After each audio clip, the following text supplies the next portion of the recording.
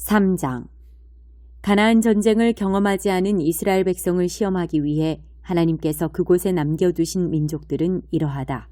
그분은 전쟁을 겪지 않은 이스라엘 자손들을 훈련시키기 위해 그렇게 하셨다. 블레셋의 5군주, 가나안 사람 전부, 시돈 사람, 바알헤르몬 산에서부터 하맛 고갯길까지 레바논 산에 사는 히위 사람을 남겨두셨다. 그것은 모세를 통해 조상들에게 주신 하나님의 명령에 이스라엘이 순종하는지 시험하여 알아보기 위해서였다. 그러나 이스라엘 백성은 가나안 사람, 헷 사람, 아모리 사람, 브리스 사람, 히위 사람, 여부스 사람과 함께 어울려 살았다. 이스라엘은 그들의 딸과 결혼했고 그들의 아들을 사위로 삼았다. 그리고 그들의 신들을 섬겼다. 이스라엘 백성이 하나님 보시기에 악을 행했다. 그들은 자신들의 하나님을 잊어버리고 바알 신들과 아세라 여신들을 섬겼다. 이스라엘을 향한 하나님의 진노가 뜨겁게 불타올랐다. 그분은 그들을 아람 나하라임 왕 구산 리사다임에게 팔아넘기셨다. 이스라엘 백성은 8년 동안 구산 리사다임의 종으로 지냈다. 이스라엘 백성이 하나님께 부르짖자 하나님께서 그들을 구할 구원자를 일으키셨다. 그는 갈렙의 조카요 갈렙의 동생 그나스의 아들인 온니엘이었다. 하나님의 영이 그에게 임하시니 그가 이스라엘을 다시 불러 모았다. 그가 전쟁에 나가자 하나님께서 아람 나하라임 왕 구산 리사다임을 그의 손에 넘겨주셨다. 온니엘은 그를 간단히 처치할 수 있었다. 그 땅이 40년 동안 평온했다. 그 후에 그나스의 아들 온니엘이 죽었다. 그러나 이스라엘 백성은 또다시 하나님 보시기에 악을 행했다. 그래서 하나님께서는 모압 왕 에글론을 강하게 만드셔서 이스라엘을 대적하게 하셨다. 그들이 하나님 보시기에 악을 행했기 때문이다. 에글론은 암몬 사람과 아말렉 사람을 소집하여 이스라엘을 치고 종려나무 성읍을 차지했다. 이스라엘 백성은 14년 동안 에글론의 종으로 지냈다. 이스라엘 백성이 하나님께 부르짖으니 하나님께서 그들을 위해 구원자를 일으키셨다. 그는 베냐민 지파 게라의 아들 에훗으로 왼손잡이였다. 이스라엘 백성은 에훗 편으로 모압 왕 에글론에게 조공을 보냈다. 에훗은 양날 단검을 만들어 오른쪽 허벅지에 차고 옷으로 가린 뒤 모압 왕 에글론에게 가서 조공을 바쳤다. 에글론은 몹시 뚱뚱했다. 조공을 다 바친 뒤에 에훗은 조공을 메고 온 사람들과 함께 길을 떠났다. 그는 길갈 근처 돌 우상이 있는 곳까지 갔다가 다시 돌아와서 말했다. 왕이시여, 은밀히 드릴 말씀이 있습니다. 왕이 신하들에게 물러가라고 하자 그들이 다 물러갔다. 에훗이 왕에게 다가섰을 때 왕은 서늘한 다락방에 혼자 있었다. 에훗이 왕께 전할 하나님의 말씀이 있습니다 하고 말하자 에글론이 왕좌에서 일어났다. 에훗은 왼손을 뻗어 오른쪽 허벅지에서 칼을 뽑아 왕의 불룩한 배를 찔렀다. 그러자 칼날뿐 아니라 칼자루까지 배에 깊이 박혔다. 기름기가 칼에 엉겨서 칼을 뽑을 수 없었다. 에훗은 현관으로 몰래 빠져나와 다락방 문을 닫아 잠그고 도망쳤다. 신하들이 와서 보니 뜻밖에도 다락방 문이 잠겨 있었다. 그들은 왕이 화장실에서 용변을 보시는가 하고 생각했다. 그들은 기다리다가 걱정이 되었다. 그 잠긴 문에서 아무도 나오지 않았기 때문이다. 결국 그들이 열쇠를 가져다가 문을 열어보니 그곳에 왕이 죽은 채로 바닥에 쓰러져 있었다. 그들이 어찌할 바를 몰라 우두커니 서 있는 동안 에훗은 한참 달아나 있었다. 그는 돌 우상이 있는 곳을 지나서 스이아로 도망쳤다. 그곳에 이른 그는 에브라임 산에서 나팔을 불었다. 이스라엘 백성이 산지에서 내려와 그와 합류했다. 에훗은 그들의 선두에 섰다. 그가 말했다. 나를 따르시오. 하나님께서 여러분의 원수 모압을 여러분의 손에 넘겨주셨소. 그들은 에훗을 따라 내려가 요단강 여울목을 확보하고 모압 사람과 대치했다. 그들은 아무도 강을 건너지 못하게 했다. 그때 그들이 죽인 모압 사람이 10개 부대쯤 되었는데 다들 몸집이 크고 건장했지만 한 사람도 도망치지 못했다. 그날 모압이 굴복하여 이스라엘의 손 아래 들어왔다. 그 땅이 80년 동안 평온했다. 아낫의 아들 삼갈이 에훗의 뒤를 이었다. 그는 소 모는 막대기로 혼자서 블레셋 사람 600명을 죽였다. 그도 이스라엘을 구원했다. 7장. 성령 충만한 스데반. 그때 대제사장이 말했다. 내 자신을 변호할 말이 있느냐? 스데반이 대답했다. 친구 여러분, 아버지와 형제 여러분, 우리 조상 아브라함이 하란으로 이주하기 전 아직 메소포타미아에 있을 때 영광의 하나님이 그에게 나타나서 말씀하셨습니다. 내 고향과 가족을 떠나 내가 내게 보여줄 땅으로 가거라. 그래서 아브라함은 갈대아 사람들의 땅을 떠나 하란으로 옮겨갔습니다. 아버지가 죽은 뒤에 그는 지금 여러분이 살고 있는 이 땅으로 이주해 왔습니다. 그러나 하나님께서는 그에게 아무것도 발붙일 곳조차 주지 않으셨습니다. 그때 아브라함에게는 아들이 없었습니다. 그런데도 하나님은 후에 이 땅을 그와 그의 아들에게 주시겠다고 약속하셨습니다. 하나님은 그의 후손이 낯선 땅으로 이주하여 거기서 400년 동안 종이 되어 가혹한 대우를 받을 것을 그에게 알려주셨습니다. 그러나 하나님께서는 내가 개입해서 너희를 종으로 삼은 자들을 처리하고 내 백성을 이끌어내어 이곳에서 나를 예배하게 할 것이다 하고 말씀하셨습니다. 그 후에 하나님은 아브라함과 언약을 맺으시고 할례로 그의 몸에 표를 남기셨습니다. 아브라함은 아들 이삭을 낳고 여드레 만에 그 몸에 할례의 표를 남겼습니다. 이삭이 야곱의 아버지가 되고 야곱이 12조상들의 아버지가 되는 동안에 그들은 저마다 언약의 표를 충실히 전했습니다. 그러나 그 조상들은 시기심에 불타서 요셉을 이집트의 노예로 보내버렸습니다. 그럼에도 불구하고 하나님이 그와 함께 하셔서 그를 모든 환난에서 구하셨을 뿐 아니라 그를 이집트 왕 바로의 눈에 띄게 하셨습니다.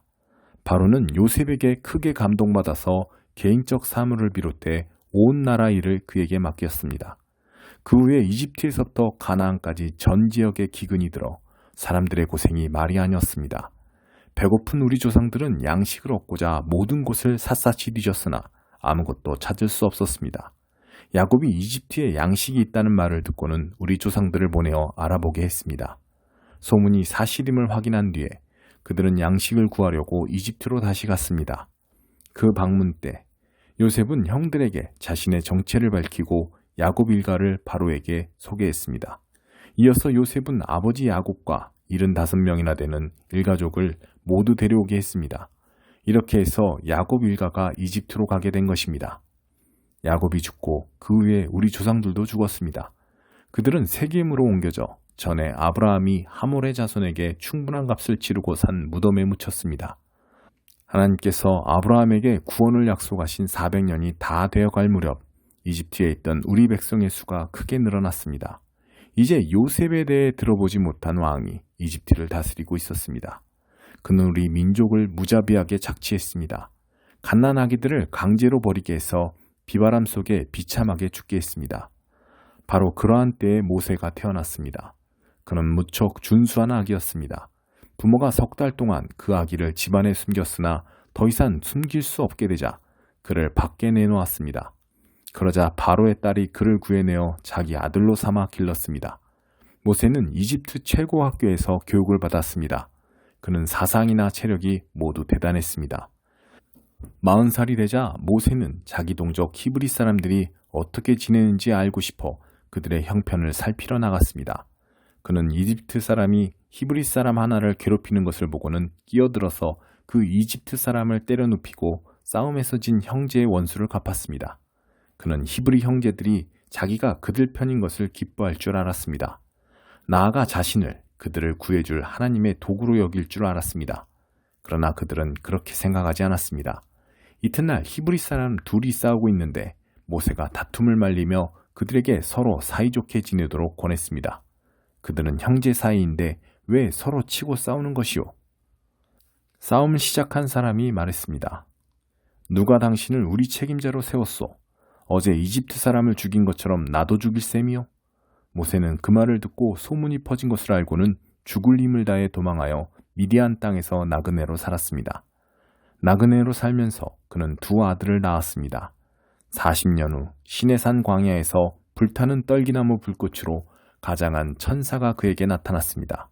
모세는 자기 눈을 믿을 수 없어 자세히 보려고 다가갔습니다. 그때 그는 하나님의 음성을 들었습니다. 나는 내 조상 아브라함과 이삭과 야곱의 하나님이다. 소스라치게 놀란 모세는 눈을 감고 고개를 돌렸습니다. 하나님께서 말씀하셨습니다. 무릎 꿇고 기도하여라. 내가 있는 곳은 거룩한 곳, 거룩한 땅이다. 내가 이집트에 있는 내 백성의 괴로움을 보았다. 내가 그들의 신음소리를 들었다. 내가 그들을 도우려고 왔다. 그러니 너는 준비하여라.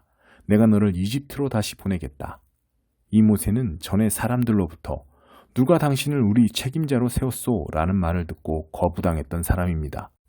이 모세는 불타는 떨기나무 속에서 천사를 통해 불꽃을 발하시던 하나님께서 지도자와 구원자로 다시 보내신 사람입니다.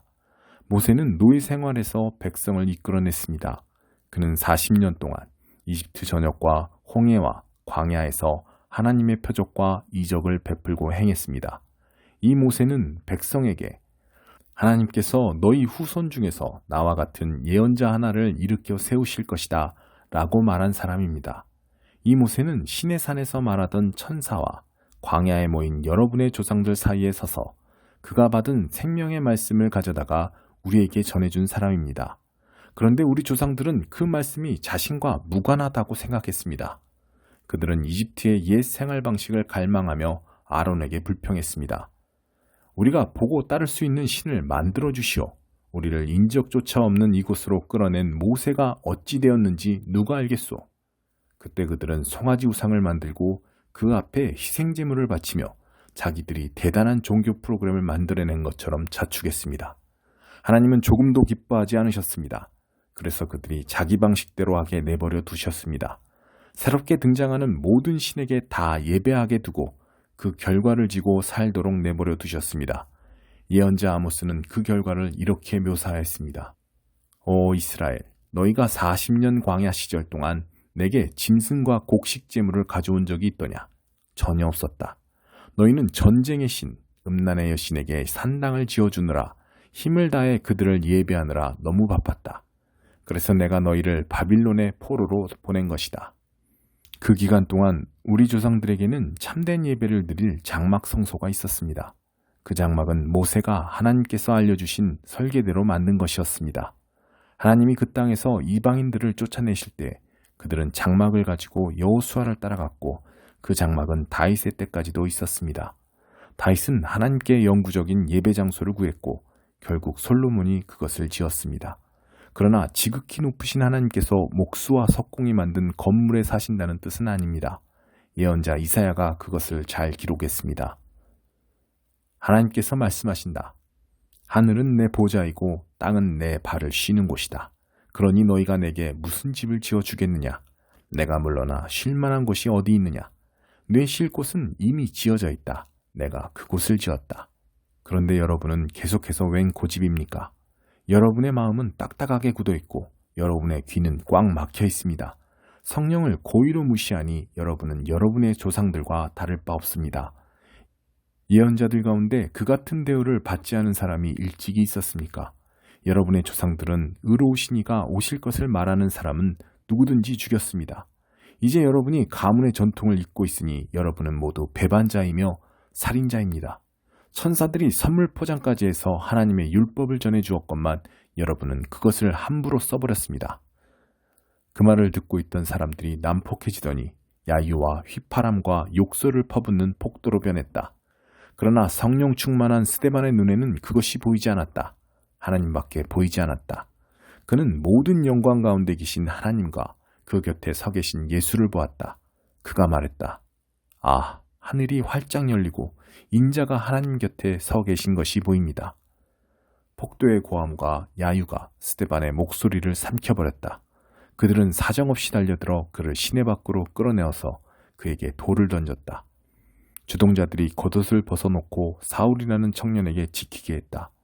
돌이 비오듯 쏟아지는데 스데반이 기도했다. 주 예수여, 내 생명을 받아주십시오. 그런 다음 무릎을 꿇고 모두에게 들릴 만큼 큰 소리로 기도했다. 주님, 이 죄를 저들에게 돌리지 마십시오. 이것이 그의 마지막 말이었다. 그리고 그는 숨을 거두었다. 사울이 바로 그 자리에 있었다. 그는 살인자들에게 축하의 말을 건넸다. 16장 내게 임한 하나님의 메시지다. 예레미야야, 너는 결혼하지 마라. 이 땅에서 가정을 꾸리지 마라. 내가 이 나라에서 태어날 모든 아이, 그들을 낳을 모든 어머니, 아버지들에게 죽음을 선고했다. 죽음이 전염병처럼 만연하리라. 죽어도 애곡해주는 자, 매장해주는 자 없이 바깥에 배설물처럼 버려져 악취를 풍기며 썩어갈 것이다. 칼에 죽고 굶주려 죽은 그들의 시신은 썩은 고기를 뜯어먹는 까마귀와 잡종개들의 먹이가 될 것이다. 하나님께서 계속 말씀하셨다. 초상집에 가지 마라. 장례식에 가지 마라. 위로해 주지도 마라. 나는 이 백성에게 아예 관심을 끊었다. 하나님의 포고다. 더 이상 신실한 사랑을 하지 않을 것이며 자비를 베풀지 않을 것이다. 이름 있는 자들과 미천한 자들이 모두 죽을 것이다.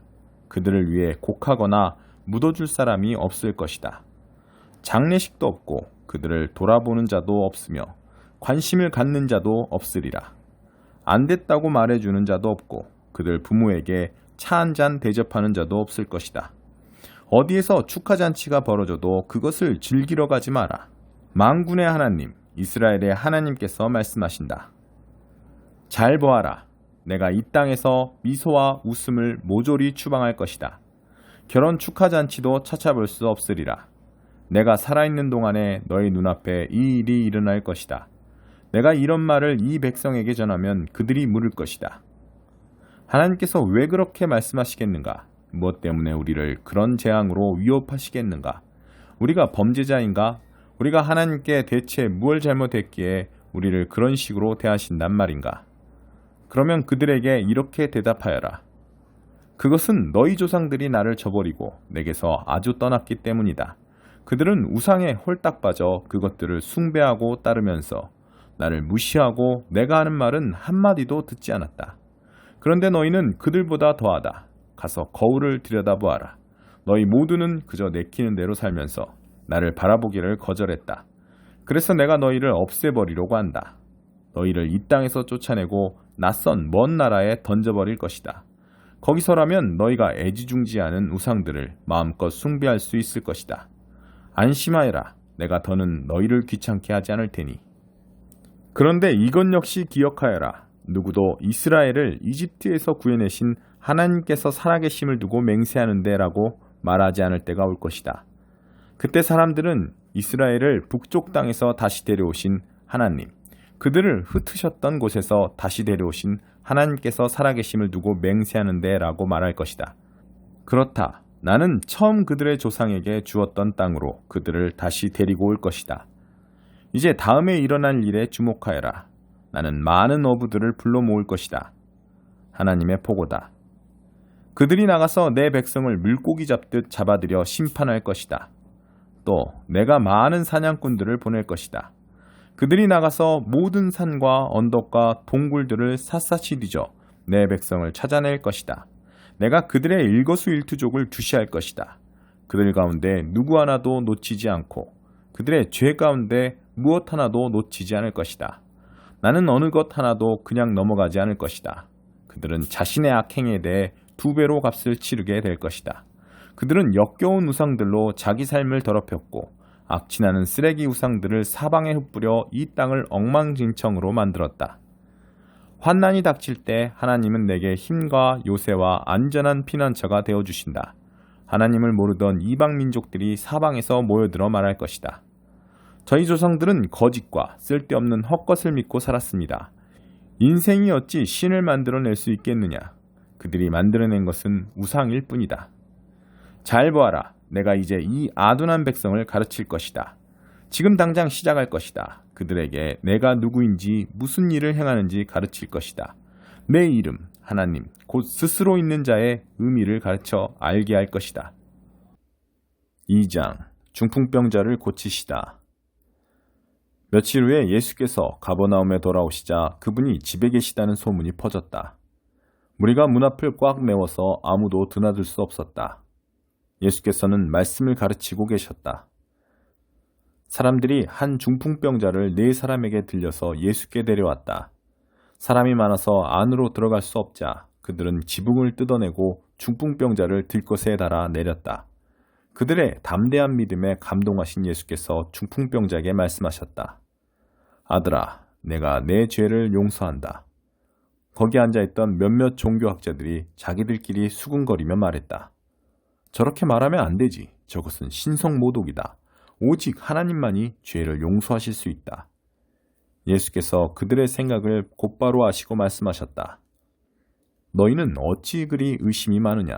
중풍병자에게 내가 내 죄를 용서한다고 말하는 것과 일어나 내 들것을 들고 걸어가라고 말하는 것 중에 어느 쪽이 더 쉽겠느냐? 내가 인자인 것과 내가 어느 쪽이든 행할 권한이 있다는 것을 분명히 보여주겠다. 그러고는 중풍병자를 바라보시며 이렇게 말씀하셨다. 일어나거라. 내 들것을 들고 집으로 돌아가거라. 그 사람은 그 말씀대로 일어나서 들것을 가지고 모두가 보는 앞에서 걸어나갔다. 사람들은 도무지 믿기지 않아 자신들의 눈을 비볐다. 그리고 나서 하나님을 찬송하며 말했다.